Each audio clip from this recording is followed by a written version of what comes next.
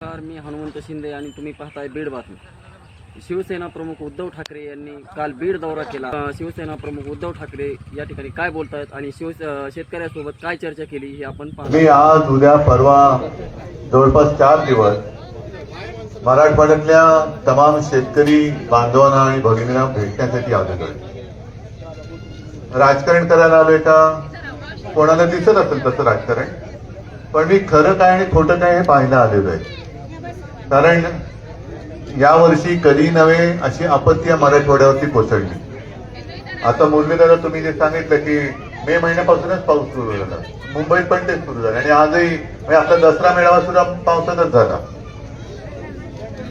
हे संकट थांबणार आहे की नाही ह्याचाच अजून काय थांब पत्ता लागत नाही. कारण जरा कुठे वाटते की उघडीत पडले की संध्याकाळ होते, ढग दाटून येतात आणि पाऊस सुरू होतो. बरं, हे संकट कमी पडते की काय? म्हणजे ज्याला आपण म्हणतो ना आसमानी आणि सुलतानी. आसमानी म्हणजे जे नैसर्गिक संकट असतात ते, आणि सुलतानी म्हणजे इथला कारभार जो करतात त्यांचं. आता हा बीड म्हणजे तसं पाहिलं तर शिवसेनेसाठी हा राजकीय दृष्ट्या दुष्काळी जिल्हा, बरोबर ना? कारण बीड जिल्ह्यामध्ये खूप वर्षांपूर्वी एकदा आपण प्रचंड सभा घेतली होती, ते शेतकऱ्यांच्याच विषयासाठी घेतली होती, देता की जाता. आणि त्यावेळेला आज आपल्या सोबत असलेले पवार साहेब केंद्रात कृषी मंत्री होते. देशामध्ये कोणत्याही राज्यातल्या शेतकऱ्यांनी कर्जमाफी मागितली नव्हती, ती आपल्या महाराष्ट्रातल्या शेतकऱ्यांनी एकवटून मागितली. आणि त्याच्यामुळे तेव्हा कदाचित पहिल्या प्रथम किंवा बऱ्याच वर्षानंतर देशातल्या सर्व शेतकऱ्यांना मनमोहन सिंग पंतप्रधान असताना पहिली कर्जमाफी देण्यात आली. त्याच्यानंतर आपलं युतीचं सरकार आलं, यांनी जाहीर केलं छत्रपती शिवाजी महाराज कर्जमाफी. त्यातले किती लोकांना किती मिळाले मला कल्पना नाहीये. पण मी मात्र प्रामाणिकपणाने कोणताही अभ्यास न करता, ड म्हणा पाहिजे तर मला, अडाणी म्हणा पाहिजे तर मला, पण शेतकरी प्रेम करतोय तर मला कोणी ढ म्हणू दे, अडाणी म्हणू दे, पण अभ्यास न करता मी 2 लाखापर्यंत पीक कर्ज माफ केलं होतं. आता आपले जे मुख्यमंत्री बसलेले आहेत ते पंचांग काढून बसलेले आहेत. म्हणजे आता राहू कुठे, केतू कुठे, आता त्यांच्या खुर्चीवर अनेक ग्रहांची वक्रदृष्टी आहे, त्याला आपण काय करू शकत नाही. आता कालच ते बिहारमध्ये बसता बसता पडले आणि पडता पडता बसले, तो भाग वेगळा. पण त्यांनी आता मुहूर्त काढलाय पुढच्या वर्षी जूनचा. आता जून मध्ये जर कर्जमुक्ती करणार असतील तर आता हे खरीपचं जे कर्ज डोक्यावर साठलेले आहे त्याचे हप्ते भरायचे की नाही भरायचे? कारण जर कर्जमाफी होणार असेल तर हप्ते का भरा, आणि हप्ते नसेल भरणार नसू तर रब्बीसाठी कर्ज मिळणार आहे की नाही मिळणार आहे? मग पुनर्गठन जर का होणार असेल तर त्या सगळ्या कर्जाची माफी ही जून मध्ये होणार आहे का, याची उत्तर कोण देणार आहे? मिळतात उत्तर. आणि इथे महिला आलेले आहेत. लाडकी बहीण योजना खरंच घरामध्ये किती जणींना मिळते? मला प्रामाणिकपणे सांगा, कारण मला त्याचे पुढचे प्रश्न आहेत. मिळते का? मिळते. बरं, निवडणुकीच्या आधी घरातल्या सर्व महिलांना मिळाली होती का एक दोघींना मिळाली होती? सबको मिली थी ना. आता नवीन त्यांनी काढलेला आहे नियम, घरातील 2च महिलांना मिळेल.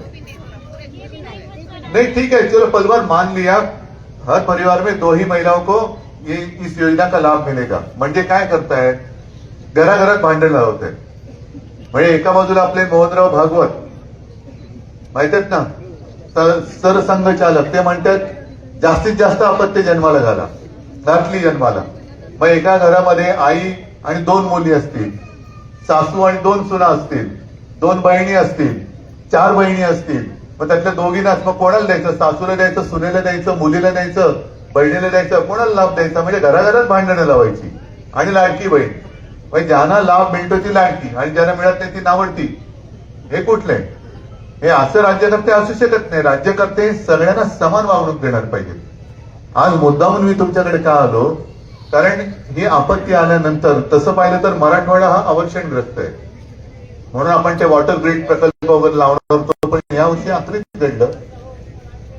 पाऊस एवढा येतोय की पुराचे लोंढे जमिनीत घुसले आणि जमीनच खरडून गेली. आता प्रश्न असा आहे की जे काय पीक हाताला लागलं होतं ते तर गेलंच, चढून गेलं. मीच पाहिलं त्यावेळेस आपत्तीनंतर 3-4 दिवशी आलं होतं, ढोपर पाणी होतं शेतामध्ये आणि पूर्ण पीक चढून गेलं होतं. म्हणजे ते पीक गेलं तरी देखील जे काय हाती लागलं होतं ते परत पाडलेल्या पावसाने भिजून गेलं. म्हणजे विदर्भात तिकडे कापूस भिजला, सोयाबीन गेलं, सगळं गेलं. त्यातूनही जर काही कोणाच्या हाती लागलं असेल तर मोदीजी सांगा त्याला हमी भाव तरी नीट मिळतोय का? मग काय, कशासाठी शेती करायची? आता सुद्धा त्यांनी म्हणजे गेल्या 8-10 दिवसापूर्वी एक चळवळ थोडी उभी राहत होती, कर्जमुक्ती झालीच पाहिजे. मला पण बरं वाटतं की चला कोणतरी प्रश्न हाती घेते. मग त्यांना मुख्यमंत्र्यांनी बोलून घेतलं, कोपऱ्याला गुळ लावून सोडून दिलं. बसा, गुळ, कोपऱ्याला गुळ म्हणजे काय? तो गुळ लावला तो चाटताही येत नाही आणि गुळ आहे मग काढायचा कसा? म्हणजे मोह पण आहे आणि काढताही येत नाही. मग जून मध्ये कर्जमाफी होणार आहे, मग तोपर्यंत निवडणुका काढून घ्यायच्या. आता नगरपालिका, नगर परिषदेचे लावले, पण जिल्हा परिषद लावण्याची धमक नाही. मग तुमच्या तोंडी काही लावायचं मधाचं बोर्ड, जून मध्ये कर्जमाफी करणार, आता मत द्या. मग त्यांना सांगायचं पहिलं आम्हाला कर्जमाफी द्या, मग तुम्हाला मतं देतो. काय असं तुम्ही निर्णय घेऊ शकणार आहात का? तुम्ही जे आता म्हणालात ना की काहीतरी मार्ग काढा, मार्ग हाच आहे. सरकार जर दगाबाज असेल तर दगाबाजाला दग्यानेच मारायला पाहिजे. जर दगा आपल्याशी कोण करत असेल तर त्याला सुद्धा त्याचेच दात त्याच्या घशामध्ये घातले पाहिजे. आता जर का तुमच्या इकडे निवडणुका लागतील, अजून इथे निवडणुका तशा जाहीर नाही झालेल्या, जिल्हा परिषदेवर लागतील आणि जे सरकारी येतील मंत्री तंत्री वाजंत्री घेऊन, त्यांना सांगायचं पहिलं माफी दे, कर्जमुक्ती कर. माफी नाही, माफी हा शब्द चुकीचा आहे. कारण माफी कोणाला देतात? गुन्हेगाराला. माझा शेतकरी गुन्हेगार नाही, माझा शेतकरी अन्नदाता आहे. त्याच्यामुळे आम्हाला कर्जमुक्ती पाहिजे. ती निवडणुकीच्या आधी केली तर आणि तरच तुला मत देऊ. कारण निवडणुकीच्या आधी माझ्याकडे व्हिडिओ आहे देवेंद्र फडणवीसांचा. आमचं सरकार आल्यानंतर शेतकऱ्यांचा 7-12 करू, कोरा कोरा कोरा, अरे चोरा. आता कुठे गेलास? आता कुठे गेलास? आणि अजित पवार यांचं पण आहे, तो शोधतोय मी. कर्जमाफी नाही केलं तर नाव लावणार नाही. आता काय लावणार? तर तुम्ही सुद्धा आता काहीतरी शेतकरी म्हणून एकवटता आहात की नाही? आहे ना, आता हिंदू मुसलमान इकडे बसलेले आहेत. मग पुन्हा जातीपाती म्हणजे पहिल्यांदा काय करायचं? हिंदू मुसलमान मध्ये मारामारी लावा. मग हिंदूंमध्ये मराठी मराठी करा, मग मराठी माणसामध्ये मराठे तर करा. मग आपण एकमेकाची डोकी पडत बसायची आणि आपले मस्त डोक्याला तेल चमटी मालिश करत सत्ता बघून मोकळे. आता नाही चालायचं असं. मी तुम्हाला जे काय प्रश्न विचारतोय, लाडक्या बहिणीचे विचारले, किती जणांना मिळतोय लाभ, आता केवायसी करायचं, मग त्याच्यामध्ये सुद्धा घोटाळा आहे. अनेक तिकडे या लोकांनी बापे घुसून ठेवले महिलांच्या नावाने, त्यांनी पैसे काढलेले आहेत. त्याच्यानंतर आता ताई तुम्ही जी यादी वाचली, पर हेक्टरी, आमचं तर म्हणणं आहे पर हेक्टरी 50,000 रुपये मिळालेच पाहिजे. पूर्ण कर्जमाफी झालीच पाहिजे, ही मागणी आहे. कर्जमुक्ती झालीच पाहिजे ही मागणी आहे. पण तरी देखील त्यांनी जे काय पॅकेज जाहीर केलं, इतिहासातील सगळ्यात मोठं पॅकेज कुठे जे जाहीर कोणी केलं? मुख्यमंत्र्यांनी केलं ना. दुसरे दोघं जे आहेत ते अनर्थ मंत्री आणि तिसरे जे दाढी खाजत फिरतात ते नगर विकास मंत्री. ते काय उपमुख्यमंत्री नाहीयेत, कारण ते संविधानात उपमुख्यमंत्री हा शब्दच नाहीये. त्याच्यामुळे हे नगर विकास आणि अनर्थ मंत्री आहेत. हे उपमुख्यमंत्री पद ह्यांना नुसतं चिकटवलंय, पण हे उपमुख्यमंत्री नाहीये, निरोध आहे. तर ते येतील तेव्हा त्यांना विचारा की तुम्ही जाहीर केलं होतं की आम्हाला कर्जमुक्त करणार. झालं ना, आता वर्ष झालं, अजून 1 वर्ष, अजूनही महिनाभरा 6 महिन्यानंतर म्हणजे त्यांनी जे काय केलं होतं 2017ला, जी कर्जमुक्ती त्यांनी केली होती, छत्रपती शिवाजी महाराजांचं नाव लावलं, पण किती जणांचं खरंच त्या योजनेत कर्जमुक्त झाले? आणि आपल्या सरकारने जी केली होती महात्मा ज्योतिबा फुले 2 लाखापर्यंत पीक कर्ज माफ किंवा मुक्त, ह्यातली कर्जमुक्ती किती लोकांना मिळाली? म्हणजे जे पात्र, पण त्याच्यामध्ये मी काही समिती पाठवली तुमच्याकडे, परदेशी समिती पाठवली? काय अटीतटी शर्ती होत्या? काहीच नाही. तुमच्या खात्यात, थेट खात्यामध्ये पैसे गोळा झाले होते. आता बँकेकडनं कर्ज घेतल्यानंतर बँकांच्या खात्यातच पैसे गेले पाहिजेत ना. मग कशाला तुम्ही जनधन योजना केली? काय ते सगळ्यांची खाती का उघडली? व्यवहार नीट व्हायला म्हणून. आता मुख्यमंत्री सांगतायत की कर्जमुक्ती जर का केली तर बँकांचा फायदा होईल.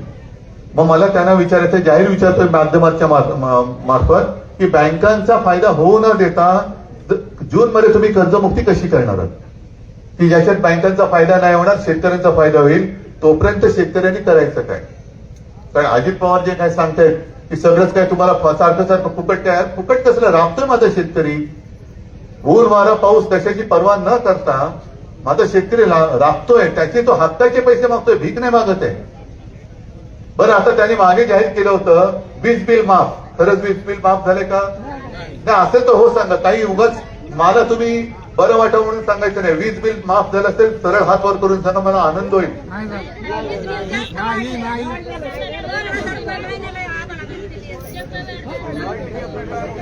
नाही, शेतीचं, कृषी पंपाचं शेतकऱ्याचं झालंय ना. मग ताई आता खरडून गेलेल्या जमिनीमध्ये माफ केलेल्या विजेने कशी शेती पिकवणार? आहे का उत्तर? कृषी पंपाचं जर वीज बिल माफ केलं असेल आनंदाची गोष्ट आहे, पण त्या विजेचं घेऊन करू काय? आता जमीन खरडून गेलेली आहे, वीज घेऊन करू काय? कारण शेतकरी म्हणते तुमचं आता आमची कर्जमुक्ती करा, हेक्टरी 50,000 रुपये द्या, पण पहिला आता रब्बीचा हंगाम घ्यायला आमची जी माती वाहून गेली माती तर द्या. माती गेलेली आहे वाहून, त्याच्यानंतर कर्ज डोक्यावर चढलेले आहे. गुरंढोरं जनावरं जी वाहून गेली, किती जणांना पैसे मिळाले? कोंबड्यांचे पैसे किती जणांना मिळाले? शेळ्या मेंढ्यांचे किती जणांना मिळाले? आणि पण कागदावर लिहिले ना इतिहासातले सगळ्यात मोठं पॅकेज म्हणून. म्हणजे इतिहासातला सगळ्यात मोठा दगा हा या मतचोरी करून आलेल्या सरकारने माझ्या शेतकऱ्याला दिलेला आहे. मी सोडणार नाहीये, पण प्रश्न मी तुम्हाला विचारतोय. आम्ही संघर्ष करतोय. एक 4 दिवसापूर्वी सुद्धा मुंबईमध्ये मोठा मोर्चा काढला. कशासाठी काढला? काय विषय तुमच्याकडे आला? मत चोरी म्हणजे तुम्हाला कळलं काय? म्हणजे शेतकऱ्यांनी पहिली समजा तुम्हाला समजून सांगतो, शेतकऱ्यांनी पहिली पेरणी केली आणि पाऊस नाही आला, मग काय करावं लागतं? दुबार पेरणी. बरोबर ना? समजा दुर्दैवाने त्याच्यातही पाऊस नाही आला तर तिबार. म्हणजे मी हे दुबार तिबार पेरणी ऐकली होती, इकडे दुबार तिबार मतदार नोंदले. म्हणजे एकाच नावाने इकडे पण मतदान करतोय तो तिकडे पण मतदान करतोय, तो तिकडे पण मतदान करतोय. आणि तुम्हाला भेटायच्या आधी मी जिथे पैठणमध्ये गेलो होतो तिथला आमदार तर सांगतो बाहेरून 20,000 का किती मतदार आणले आणि आम्ही जिंकलो. मग तुम्ही काय करताय? तुमच्या नावावरती तुम्हाला असं वाटतं हे तुम्ही निवडून दिलेलं सरकार असेल, आनंदात राहा. मला काही तुमच्या सरकार नाहीये. पण जर सरकार मतचोरी करून आलेलं असेल, जर सरकार दगाबाजी करून कारभार करत असेल, तर मग मात्र त्याला जाब हा विचारावाच लागेल. मी मुख्यतः जास्त करून बोलत नाही आलो, मी तुम्हाला बोलतं करण्यासाठी आलेलो आहे. जे तुम्ही आता सगळं बोलत ना, हे असे मंत्री येतील त्यांच्यासमोर उभे राहून प्रश्न विचारा प्रश्न. तुमचा हक्क आहे, तुम्ही मत दिले ना, मतदान केलंय ना. आणि 5वी बहुमत आहे, ठीक आहे. आपला आम्हाला विरोधी पक्षाचा पण नाहीये तरी सुद्धा फिरतोय, खरे खासदार पण नाहीये तरी पण फिरताय. बाकी सगळे आपले पदाधिकारी काय सत्ता आपल्याकडे? आमचं सत्तेशी काही देणे घेणं नाहीये, पण जे माझे जीवाभावाचे ज्यांच्यासाठी आम्हाला सत्ता हवी, कारण जर आज आपलं सरकार असतं तर मी तुम्हाला रडायला दिलं नसतं, तुमच्या डोळ्यात मी अश्रू येऊ दिले नसते. आता ही वेळ आलेली आहे की सगळ्यांनी एकजुटीने उभं राहील. मित्रून जर सगळे तुमच्यातले मतभेद काय असतील ते बाजूला ठेवा, पण पहिलं या दगावाज सरकारला घरात शिकवा. आणि म्हणून मी सरकार नाही म्हटलं तरी तुमची जूनची मुदत आम्हाला मान्य नाही आहे का रे? आणि जूनची मुदत जर सरकार देत असेल तर मुख्यमंत्री आता आलेच म्हणतात, पण मी तुमच्या बरोबर फिरतोय. मुख्यमंत्री कुठे आहेत? महाराष्ट्रातला शेतकरी आपत्तीमध्ये संकटात सापडलाय. आनंद शेतकरी खाऊ काय? त्याला वारं सोडून मुख्यमंत्री बिहारमध्ये, आणि माझ्याकडे तोही व्हिडिओ आहे की मुख्यमंत्री तिथल्या प्रचारात सांगतायत कि आपले पंतप्रधान तर सगळ्या राज्यावरती प्रेम है, लेकिन अंदर की बात मैं बताता हूँ, प्रधानमंत्री जी का सबसे ज्यादा प्यार बिहार पे है. म्हणजे महाराष्ट्र काय सावत्रपोर काय का तुमचा? महाराष्ट्र काय तुमचा? म्हणजे इकडे भोगायचं आणि तिकडे मला काही पोटात दुखत नाही. बिहारवरती काय पंतप्रधानांचं सगळीकडे अगदी मणिपूरवरती सुद्धा प्रेम पाहिजे. काशीपासून कन्याकुमारीपर्यंत पंतप्रधानांचं प्रेम पाहिजे. पण हा आवडता हा नावडता माझ्या लाडक्या बहिणींसाठी कुटुंबातील दोघींना आणि बिहारमध्ये सगळ्या कुटुंबातील सगळ्या बहिणींच्या महिलांच्या खात्यामध्ये 10,000 रुपये दिले का? निवडणूक आहे तर हा जो काय भेदभाव चाललाय याची जरा नीट जागे व्हा. नाहीतर दरवेळेला काय होतं, निवडणूक आली का एखादी योजना जाहीर करतात, आम्ही याप्रमाणे त्यावर नुसतं बळी पडतो, निवडून देतो आणि मग कपाळाला हात लावण्याची वेळ येते. तर कृपा करा, तुमच्यासोबत शिवसेना आहे, धीर सोडू नका, पण एकजुटीने आता उभे राहा. शेतकरी म्हणून आता एकजुटीने उभे राहा आणि एकजुटीने जेव्हा सरकारच्या समोर उभे राहाल तेव्हा सरकार कोणाचंही असलं तरी तुमच्या समोर त्यांना गुडघे टेकावेच लागतील, कोणी असू दे. आणि त्याचसाठी मी आलेलो आहे. या सगळ्या गोष्टी यादी वगैरे घेऊन जातो, हे जाऊन ते घरी घेऊन म्हणजे असं घेऊन झोपणार नाहीये. विधिमंडळाचं अधिवेशन येते, त्या विधिमंडळामध्ये हे सगळे प्रश्न हे सरकारला थेट तोंडावरती विचारल्याशिवाय आम्ही राहणार नाही. आणि माझं तर म्हणणं असं आहे की जी मदत सरकारने जाहीर केली दिवाळीच्या आत देणार होते, दिवाळी होऊन गेली, अजून एक पैसा आलेला नाहीये. काल सुद्धा मंत्रिमंडळाची बैठक झाली, मग तणातणी झाली असं कळलं की आम्ही जाहीर केले मदत, अजून अधिकाऱ्यांवरती राग काढला. काय करणार अधिकारी, पैसे जाहीर केले, दिलेत कुठे? तर हे सगळी नाटकं आता बंद करा.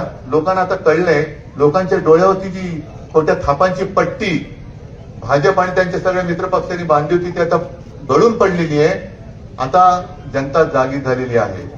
आणि म्हणून तुम्हाला एकच विनंती करतो की कुठेही धीर सोडू नका. ज्या ज्या काही गोष्टी, आता पीक विम्याची सुद्धा हीच कथा आहे. पीक विमा सुद्धा मी आता जास्त मोठं बोलत नाही, कारण आणखी पुढच्या 3-4 ठिकाणी जायचंय.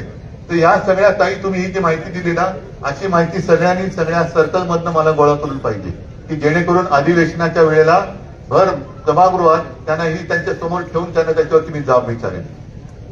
ठीक आहे, एक मोर्चा आपला झालेला आहे. सरकारने जर आता लवकरात लवकर कर्जमुक्त केलं नाही तर केवळ मराठवाड्यात नाही तर संपूर्ण महाराष्ट्रातला शेतकरी रस्त्यावरती उतरून सरकारचा चक्का जाम केल्याशिवाय राहणार नाही. हा इशारा आज मी सरकारला देतोय.